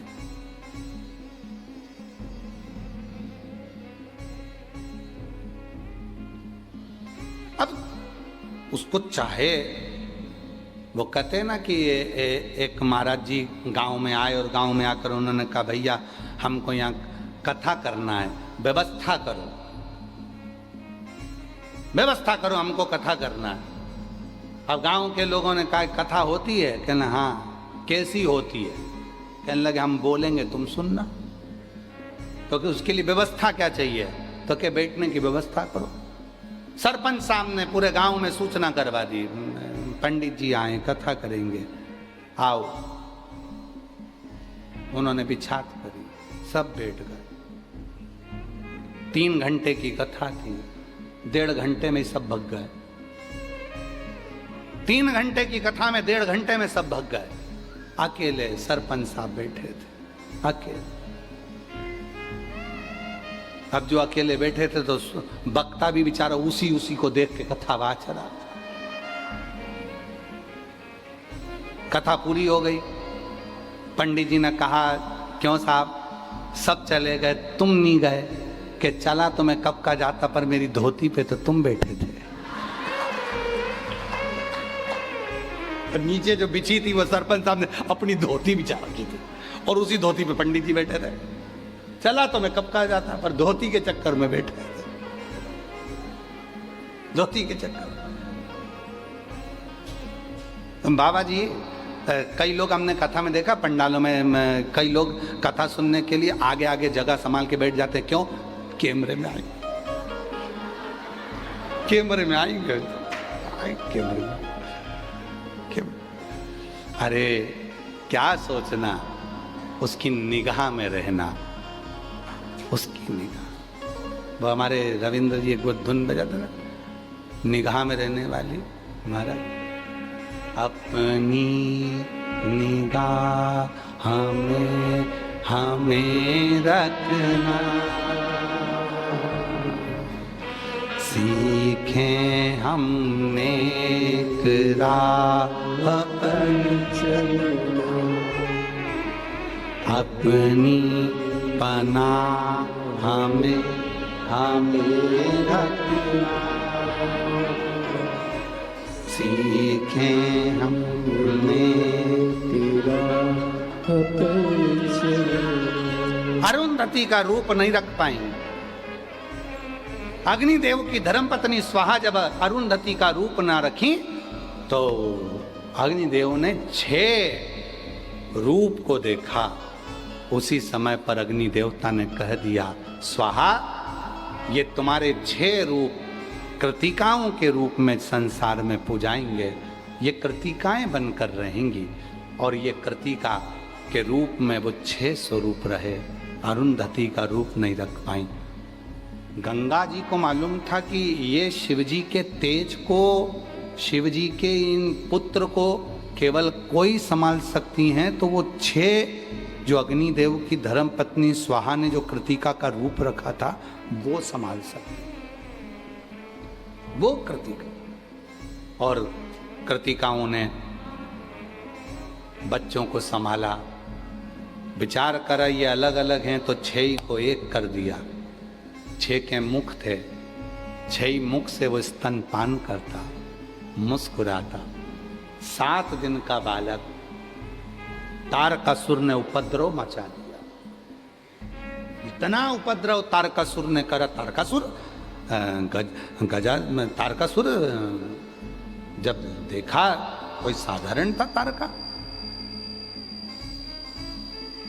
महाराज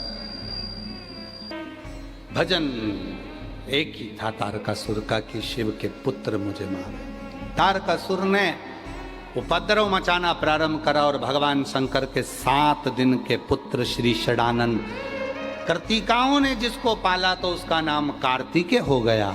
उन कार्तिकेय बाबा जब तारकासुर को मारने गए तो पार्वती जी ने गोदी में लेकर कहा, पुत्र, ए पुत्र, तुम इस तारकासुर को तो मारना पर इसके हृदय में बाण ना लगे, क्योंकि हृदय में शिव बसा हुआ,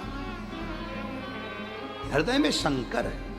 और जिसके दिल में शिव होता है ना, कभी उसको कोई अपशब्द ना कहे, ताना ना दे, आड़ा पेड़ा ना। सताओ ना हमें लोगों, हमें दिल की बीमारी, सताओ ना हमें लोगों, हमें दिल की बीमारी। हमारा वेद दुनिया में वो डमरू धारी है, हमारा वेद दुनिया में वो डमरू धारी। हमें सताना नहीं है शिव के भक्त को, कुछ कहना नहीं है, इसको मानना पर कुछ कहना नहीं, कुछ ना बोले।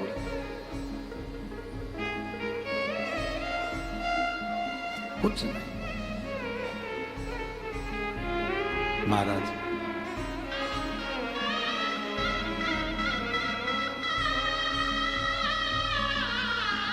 और उस पर चित्त गया।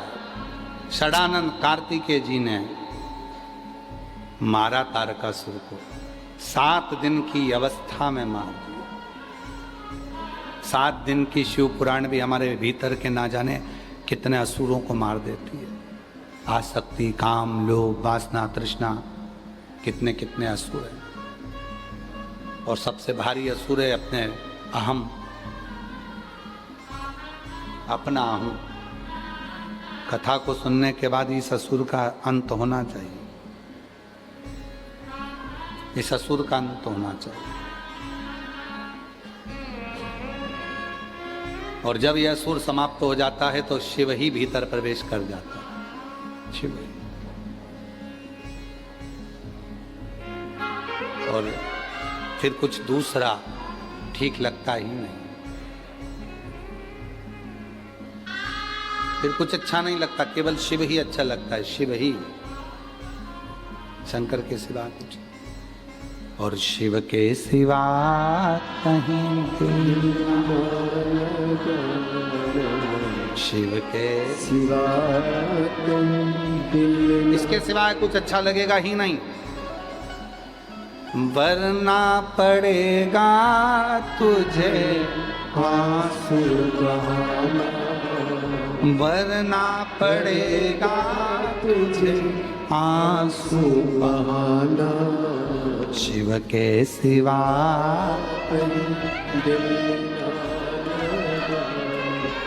शिव के सिवा। और सुने, लिंग पुराण का एक चरित्र सुने। एक शिव भक्त अपने प्राणों को त्यागा जा रहा था, यम के दूत उसको पकड़ लिए, कहा इसको तो नरक भोगना पड़ेगा। शिव के भक्त अपनी अड़भंगा में जले जा रहा था, इसको तो नरक भोगना पड़ेगा, इसने झूठ बोला, प्रपंच करा, छल करा, बेईमानी करी, कपट करा, सब कुछ करा, नरक भोगना है इसको। शिव का भक्त जा रहा, वो बिल्कुल नहीं सोच रहा था, चले जा रहा। सामने आ गई बैतरणी, एक ऐसी नदी रक्तपीप से भरी पड़ी, उसको पार करना बड़ा कठिन है। जो दान करा होता है उसी से पार होते हैं। आपने क्या दान करा वो वहां मिलेगा बैतरणी पर। एक कथा आती है, एक बुढ़िया थी, जिंदगी में कभी उसने कुछ नहीं दान करा था, कभी नहीं दान करा कुछ भी। एक दिन बैठ के वो दरवाजे के बाहर बैठी थी, छोटा सा घर था, बाहर बैठी थी अकेली, गाजर खा रही थी। इतने में सामने से एक कोई मांगने वाला, कोई भिक्षुक आ गया, माँ बहुत भूखा हूं, कुछ दे दे। माँ ने गाजर की टोकनी को पीछे छुपा लिया। माता भिक्षाम दे, भूख लगी है, कुछ दे दे, बहुत भूखा हूं। माता ने देखा कि ये तो मेरी गाजर को ही देखे जा रहा। माँ ने दान नहीं दिया। फिर कहा माँ बहुत भूखा हूं। मांगने वाले ने देख लिया था, 4-6 गाजर रखी है डलिया के अंदर, एक आध दे देगी उठा के। माँ बहुत भूख लगी है, दे दे। बुढ़िया बहुत गुस्से वाली, यहीं खड़ा हो गया, जा ही नहीं रिया।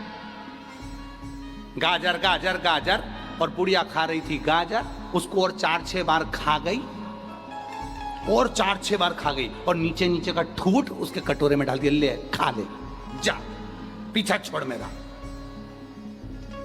खाने भी नहीं देगा।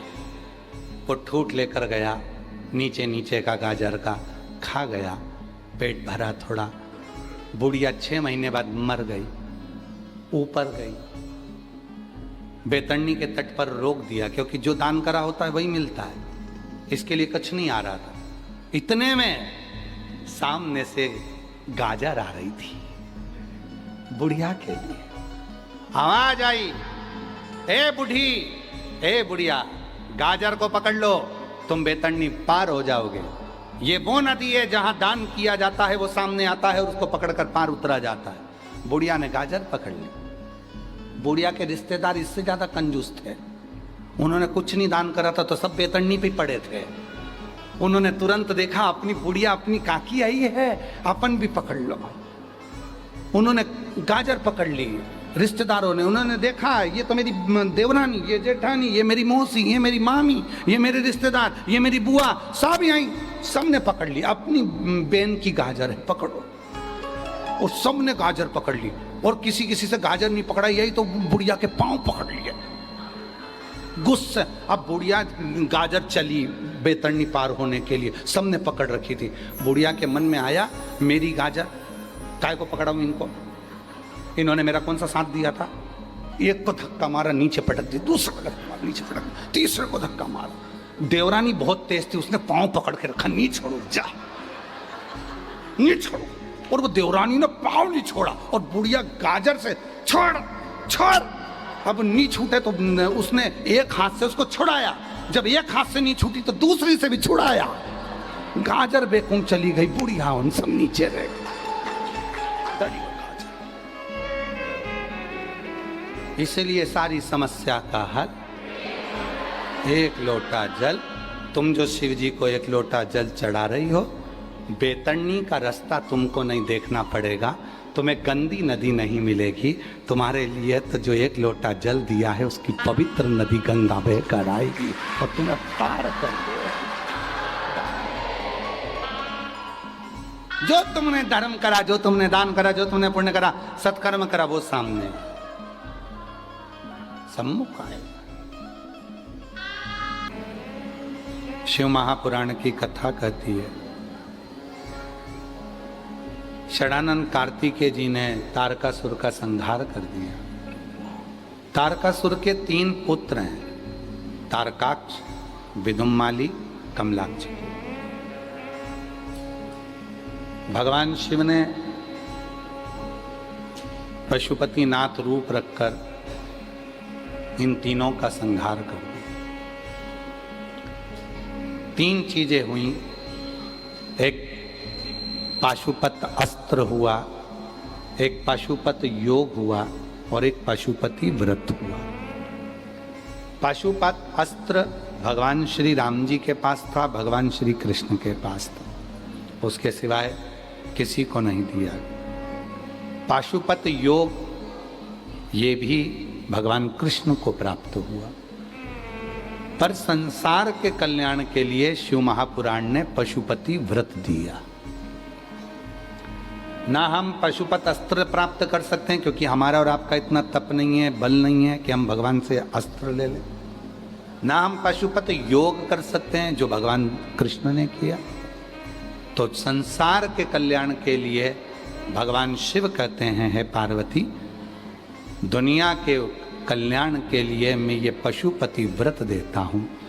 ये वो व्रत है जो जीव अपने हृदय से जब 5 सोमवार सुबह और शाम मेरी आराधना कर कर प्राप्त करता है तो वो मनवांछित फल की प्राप्ति कर लेता है।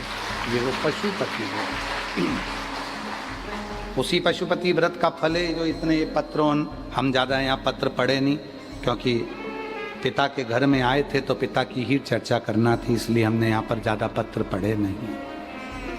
एक पत्र है, मैं संध्या कुमारी पति अरविंद गुप्ता, शैलपुत्री वाराणसी की हूँ, कहीं बैठी हो तो आ सकती हैं, आ जाइए बेटा।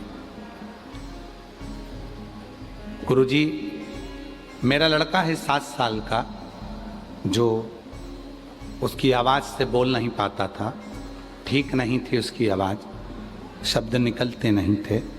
7 साल हो गए थे वो बोलता नहीं था। डॉक्टरों का इलाज करा कर थक गई थी। तब सतुआ बाबा जी ने कथा कराई। उस कथा में बैठकर मेरे अपने लड़के को मैंने उस कथा में बिठाया। काशी का, उत्तर प्रदेश का, महाराष्ट्र का, मध्य प्रदेश का ऐसा कोई डॉक्टर नहीं जिसको मैंने अपने लड़के का इलाज ना करवाया। पर लड़का वॉइस निकाल नहीं पाता था, बोल नहीं पाता। 7 साल का था।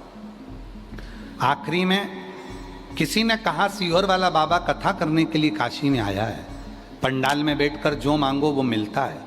मैं अपने लड़के को लेकर पंडाल में पहुंच गई। सतुआ बाबा कथा कराए, वहीं पंडाल की मिट्टी को मैंने अपने बेटे के गले में लगाया। बाबा की ऐसी कृपा हो गई, अब मेरा लड़का पूरी आवाज़ आ गई और बाबा की कृपा से साफ बोलने लगा और शिव की कृपा से अच्छा हो गया। मैं बाबा को यहाँ नमन करने आई हूँ। अगला पत्र है, मैं उषा केसरी वाराणसी की रहने वाली हूँ, कहीं बैठी हों तो आ सकती हैं। उषा केसरी वाराणसी से। मेरी बेटी जब यूपीएससी की परीक्षा दी थी तो उसमें उसका सिलेक्शन नहीं हुआ। मेरी बेटी ने हिम्मत हार दी। तब मेरी बेटी से मैंने कहा कि सीहोर वाला बाबा कथा करता है, उस कथा को पंडाल में बैठकर जब अपन सुनेंगे तो वो फल जरूर देती है। मेरी बेटी हंसी पहले तो, फिर उसने कहा ठीक है तुम कहती हो तो मैं सीहोर वाले बाबा की कथा सुनूंगी। और जब बाबा सतुआ जी ने कथा कराई, उस समय पर सतुआ बाबा जी की कथा में मेरी लड़की को लेकर मैं आ गई। कथा में बैठी, मेरी बेटी ने प्रार्थना करी। पहले तो हंस रही थी कि क्या ऐसा होता है कि सीहोर वाला बाबा कथा करे और उसमें जो बैठकर मांगो वो मिल जाएगा। मेरी बेटी पहले हंसी, फिर कथा सुननी, और बाबा ने ऐसी कृपा कर दी कि मेरी बेटी का यूपीएससी में सिलेक्शन हो गया। आज वो मेडिकल ऑफिसर के पद पर नियुक्त हो गई। और बाबा की कृपा से बाबा ने ऐसी करुणा कर दी, 34 साल की हो गई थी, नौकरी के लिए तलाश करते करते नौकरी भी हो गई, शादी भी हो गई, और बाबा की कृपा से उसका सिलेक्शन अच्छा हुआ। बेटे का भी सिलेक्शन इंजीनियरिंग के पद पर हो गया। बाबा, जब से आपकी कथा पंडाल में सुनी है तब से कोई कमी नहीं रही है, और आज फिर पंडाल में सुनकर जा रही हूँ। बाबा खूब रहे। शिव शिव है, शंकर शंकर है।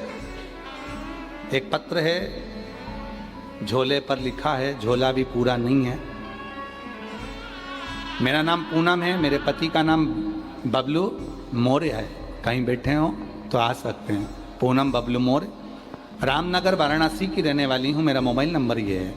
शादी 2008 में हुई थी। 2008 के बाद कई वर्ष निकल गए पर संतान का सुख नहीं आया। ऐसे करते करते अब 2008 से जरा अंदाजा लगाइएगा कि 2008 में विवाह हुआ था, जब से बच्चे नहीं हुए। हर तरह से हिम्मत हारी, डॉक्टरों का इलाज करा करा कर थक गई। तब किसी ने कहा कि सीहोर वाले बाबा की कथा सुनो। आंकड़े की जड़ का आपने प्रयोग बताया था, वो मैंने किया। टीवी के सामने बैठकर कथा सुनी, और बाबा की टीवी के सामने बैठकर ही वहाँ की मिट्टी को अपने गर्भ से लगा लिया। बाबा, ऐसी कृपा बाबा ने कर दी, जो 2008 से बच्चे के लिए तरस रही थी, बाबा ने 2023 दिसंबर के महीने में एक नहीं 2 बच्चों को जन्म दिला दिया। ये शिव की कृपा। और जो जैसी भावना वो वैसा ही फल पाया, नहीं खाने से लौटाया, वो मन हर्षाया, कर लिया। बहन कह रही है, बोलता नहीं था, 7 साल का हो गया था, अब बाबा की कृपा से बोलने लगा। ये शिव की उदारता है। एक बार जोरदार ताली। कर दिया माला। बेटी का यूपीएससी क्लियर हुआ, विवाह का हुआ, बेटे का भी इंजीनियर हुआ। एक बार जोरदार ताली बजाएं। लुटा दिया भंडार काशी वाले ने, लुटा दिया भंडार काशी वाले ने, अरे कर दिया माला काशी वाले। तारकासुर के 3 पुत्र हैं, तीनों का संहार किया भगवान शिव पशुपति नाथ बनकर विराजमान। शिव का भक्त, शिव का उपासक अपने जीवन के लक्ष्य तक पहुंचाने का प्रयास करता। महाराज,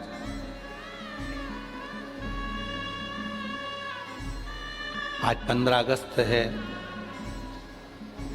स्वतंत्रता दिवस है, पर आप अपने हृदय पर हाथ रखकर देखना कि पहले के समय में और आज के समय में कितना अंतर है। आज का भारत विकसित भारत है, आज का भारत विकास का भारत है, आज का भारत उन्नति का भारत है। जितने विदेश हैं, जितने देश हैं, सारे देशों का केंद्र बिंदु भारत बन चुका है। और इस भारत को, भारत माता को विश्व पटल पर लाने वाला कोई दूसरा नहीं। मैं भारत सरकार के यशस्वी प्रधानमंत्री जी भाई नरेंद्र भाई मोदी जी को साधुता देता हूं, जिन्होंने इस भारत को विश्व पटल पर लाकर रखा है। और ये साधारणता नहीं है महाराज, इसको साधारणता नहीं कहते। और तेरी कृपा का क्या है, कब इस पर हो जरा सी हम पर कर दो, जरा सी हम पर कर दो। शिव कथा कहती है, पशुपति व्रत का महत्व बताया। 5 सोमवार को होता है। सुबह जो पूजन की थाली मंदिर जाती है, वही थाली शाम को मंदिर पहुंचती है। 6 दिए मंदिर में जाते हैं, 5 दिए मंदिर में जलाए जाते हैं, प्रज्वलित करे जाते हैं। छठा दिया घर के देहरी पर दरवाजे के पास राइट हैंड में जलाया जाता है। प्रसाद के 3 हिस्से होते हैं, 2 हिस्से मंदिर में छूटते हैं, 1 हिस्सा अपने साथ आता है। भोजन करने से पहले प्रसाद का 1 हिस्सा पाया जाता है। 5वां सोमवार जब पूरा होता है, तब श्रीफल, 108 चावल के दाने या जो भी आप दे सकते हैं वे और भेंट बाबा को समर्पित करी जाती है। व्रत पूरा की पूरा वैसा ही होता है जो पहले में होता है। बीच में अगर कोई अड़चन आ जाती है, कोई रजोधर्म आ गया, कहीं जाना पड़ गया, तो व्रत को छोड़ देना चाहिए, अगला व्रत कर लेना चाहिए।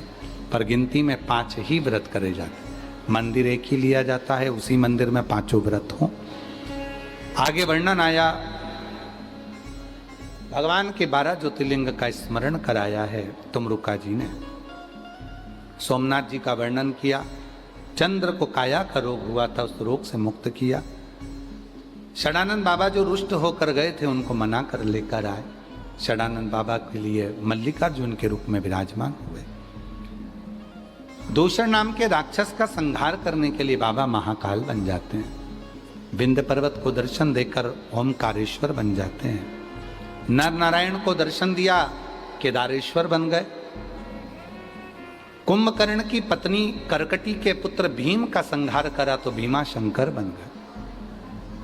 मनु शत्रुपा को दर्शन देकर स्वयं काशी की नगरी में विश्वनाथ बनकर विराजमान हो जाते हैं। गौतम बाबा पर गौ हत्या का दोष लग गया। दुनिया का रीति है दोष लगाने की, अपशब्द कहने की, पर जिसके साथ विश्वनाथ वो कभी ना हुआ अनाथ। गौतम बाबा पर गौ हत्या का दोष लगा था। उस दोष से मुक्त होने के लिए ब्रह्मा विष्णु महेश शिवलिंग के रूप में प्रकट हो जाते, त्र्यंबकेश्वर के रूप में विराजमान। अगला वर्णन आया है, रावण शिव जी के शिवलिंग को लेकर जाता है, बाबा वैद्यनाथ जी के रूप में विराजमान होते हैं। दारुक नाम के राक्षस का संहार कर कर भगवान नागेश्वर बन जाते हैं। राम जी द्वारा पूजित होकर रामेश्वर बन जाते हैं। सुधर्म नाम के ब्राह्मण की पत्नी घूष्मा के बेटे को जीवित करते हैं तो कृष्णेश्वर बन जाते हैं। पीपल के पेड़ के नीचे बैठते हैं तो पिपलेश्वर बन जाते हैं। बड़ के पेड़ के नीचे बैठते हैं तो बटकेश्वर बन जाते हैं। गंगा के तट पर बैठते हैं तो गंगेश्वर बन जाते हैं। और आपके दिल में बैठते हैं तो कुबरेश्वर बन जाते हैं। बाबा को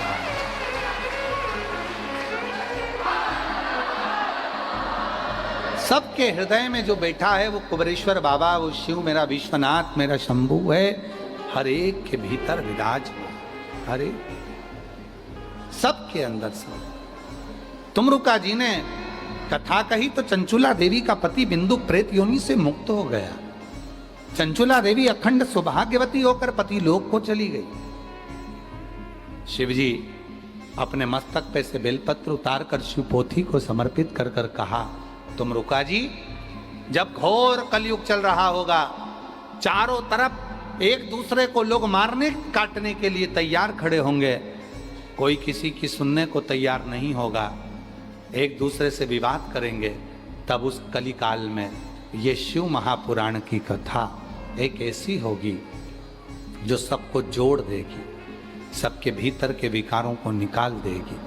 जो पंडाल में बैठकर शिव महापुराण की कथा को तुमरुका जी श्रवण करेगा, जहां बैठकर इस कथा को वो सुनेगा, जो अपने हृदय में रखकर मांगेगा, शिव कहते हैं मैं उसके दरवाजे पर पहुंचकर उसकी झोली खुशियों से भर दूंगा। ये पवित्र पावन शिव महापुराण की कथा ऑनलाइन बाबा विश्वनाथ जी की धरा से चल रही थी, आज विराम की ओर जा रही है। इस कथा के इस दिव्य आयोजन को छोटी सी जगह में गागर को गागर में समाहित करा है। मैं सतुआ बाबा जी को इसके लिए साधुता दूं। बाबा जी, जब कथा ये जजमान लोग कहे सीहोर में चतुर्वेदी जी से हमने कहा कि हमारा मन है कि ऑनलाइन कथा सीहोर से तो हुई है, पर एक कथा ऑनलाइन बाबा विश्वनाथ जी की धरा से हो, जिससे सावन के महीने में घर घर में मेरा विश्वनाथ पहुंच जाए। इस भाव से इस कथा को करें। बाबा जी, चतुर्वेदी जी को जब बोला गया तो चतुर्वेदी जी ने कहा हम सतुआ बाबा जी के पास जाएंगे, उनसे निवेदन करेंगे कि एक ऑनलाइन कथा यहाँ हो और बाबा जी इस पूरी व्यवस्था को संभाले।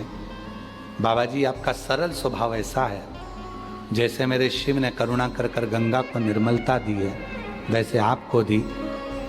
हमने तो चतुर्वेदी जी से कहा था कि केवल एक हॉल में 50 लोग इस कथा को सुने। चतुर्वेदी जी, ये बोला गया था, पर ये आप इतनी संख्या में बैठे हुए, ये सतुआ बाबा की ही कृपा। उत्तर प्रदेश सरकार के माननीय मुख्यमंत्री जी योगी जी, मैं उनको साधुता देता हूं कि इस छोटे से घड़े में जो कथा भरी है और उसको जो काशी की प्रशासन ने, काशी के आईजी, डीआईजी, कमिश्नर, यहाँ के टीआई, यहाँ की पुलिस प्रशासन, यहाँ के डीएम, यहाँ के एसडीएम, यहाँ का चिकित्सा विभाग, यहाँ का विद्युत विभाग, यहाँ का संपूर्ण विभाग, जो इस कथा को पुलिस प्रशासन ने संभाला, एक बार उनके लिए जोरदार ताली बजाएं कि उन्होंने गागर में सागर पे।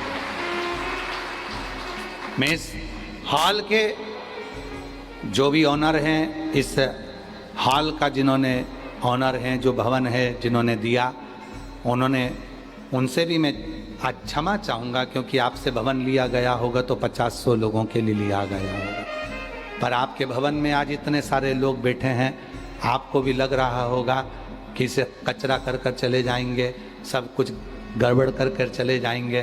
पर मैं क्षमा चाहता हूँ आपसे कि आपके भवन में हजारों लोग जो भराए हैं, आए हैं कथा सुनने के लिए, इनके चरण पड़ गए ना तो ये भवन भी आपका कृतार्थ हो गया। जिस होटल में हम ठहरे, वहाँ के ओनर मिश्रा जी को, उनके पूरे परिवार को साधुता देता हूँ। संजय जी, आपको भी साधुता देता हूँ, जो आपने पूरी बाहर की व्यवस्था को मैनेज किया। वहाँ आपने अपनी आयोजक स्वयं बनकर उसको संभालते हुए उसको करवाया। टेंट है, पीछे की पूरी एलईडी व्यवस्था है, हम उसके लिए आपको साधुता देते हैं। क्यों? क्योंकि जो ये कथा करवा रहे हैं ये 9 लोग, ये कोई इतने करोड़पति या धनपति या वैभवपति नहीं है, सब छोटी छोटे काम धंधे हैं। किसी की दुकान है बाबा जी, किसी का कोई काम है, किसी का कोई काम है, कोई किसी के यहाँ नौकरी करता है, कोई किसी के यहाँ नौकरी करता है। ऐसे सब नौकरी करने वाले, किसी किसी के दरवाजे पर सेवा करने वाले हैं, जिन्होंने इस कथा को 9 लोग 10 लोग जो भी हैं, सब ने मिलकर इसको संभाल लिया, थोड़ा थोड़ा सपोर्ट करा, तो ये कथा यहाँ पर हो गई। और बाबा की कृपा से आप सब ने श्रवण कर लिया, सब। मैं पुनः मिंटू भैया आपको, जायसवाल जी आपको, अग्रवाल जी आपको, बंसल जी आपको, गोयनका जी आपको, नोएडा वालों को, बठिंडा, यहाँ हरियाणा वालों को, सबको साधुता देता हूँ कि ये कथा आप सब की थी। और केवल कथा आपकी नहीं, मेरे बाप की, विश्वनाथ जी की भी थी। मेरे पिता, मेरे बाबा विश्वनाथ जी ने ये कथा करवाई। आज इस कथा के मध्य में फ्लाइट बाबा आए, हनुमानगढ़ी से संत श्री पधारे, वाराणसी से संत श्री पधारे, संतों का दर्शन, बीच बीच में काशी विश्वनाथ के पंडा जी का दर्शन, आचार्यों का दर्शन हुआ। ये पूरी कथा आस्था चैनल के माध्यम से आप लोगों ने घर बैठकर सुनी है। खूब जिन्होंने इस कथा को श्रवण करा, हृदय से सुना, आप लोगों का जो सहयोग मिला उसको अपने हृदय में उतारिएगा, दिल से इस कथा को संजोइएगा। दिल से संजरिए। और बाबा जी कह रहे हैं कि फिर जल्दी आएं, बेटियां भी थकी हैं, अभी ना जाओ छोड़ के। आजा आजा, लिया लिया लिया लिया लिया लिया माँ, लिया लिया बेटा, लिया। इन लोगों ने पर्चे लिखे हैं बड़े बड़े, अभी ना जाओ छोड़ के, कि दिल अभी लिया।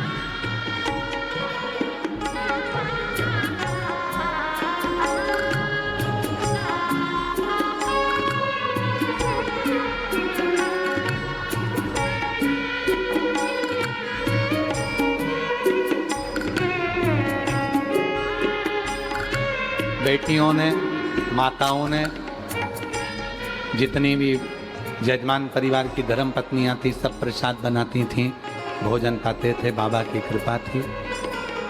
सबसे ज़्यादा यदि मैं साधुता दूं सतुआ बाबा जी आपको, जो दिव्यता के साथ इस पवित्र कथा को संजोया, संभाला, प्रत्यक्ष अप्रत्यक्ष रूप से सबने संभाला। मिंटू भैया, ये पूरी टीम जब डोल रही थी, इनको लग रहा था कि कैसे होगा, उस जगह पर आपने खड़े होकर स्तंभ के रूप में संभाला, यजमान बनकर, उसके लिए साधु साधु। और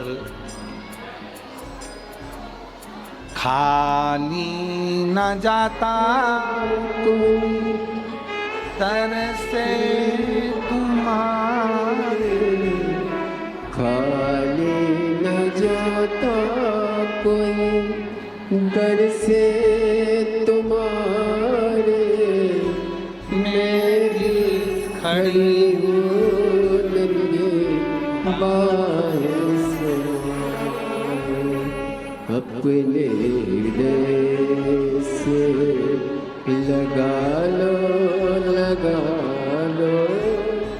गिरा जा रहा हूँ, उठा लो,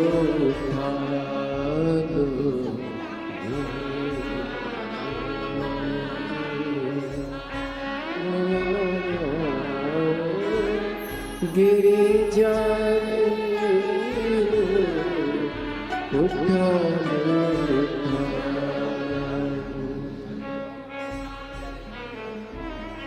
5 बार श्री शिवाय नमस्तुभ्यम बोलेंगे। अपनी जगह पर बैठकर बाबा को अपने मन की बात कहेंगे। विनती करना बाबा जल्दी से फिर बुलाए, शिव महापुराण की कथा फिर हो और सबकी झोलियां खुशियों से भर जाए, ऐसा भाव रखते हुए हृदय से बाबा को प्रार्थना करें।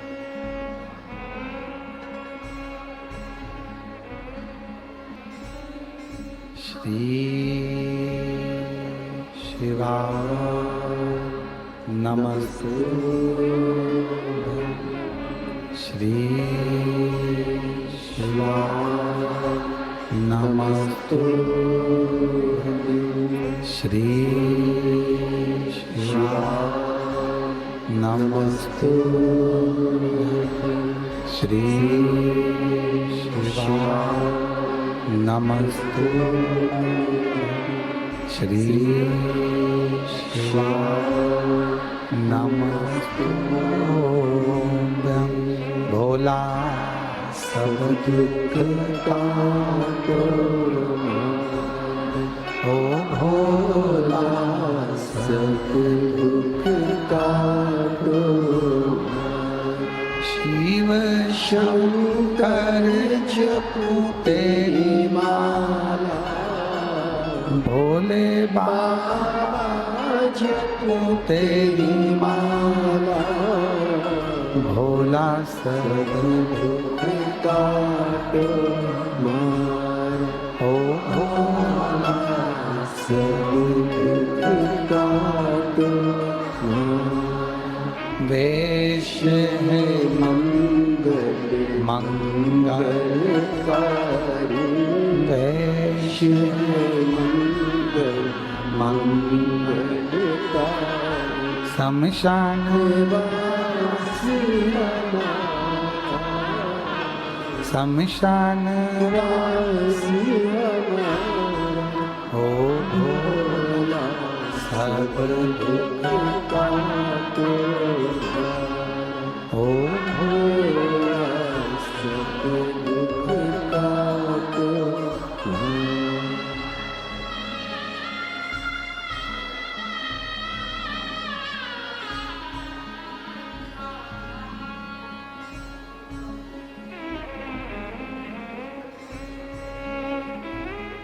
बाबा देवादिदेव महादेव भगवान शिव गढ़दानी त्रिकालदर्शी कैलाशी अविनाशी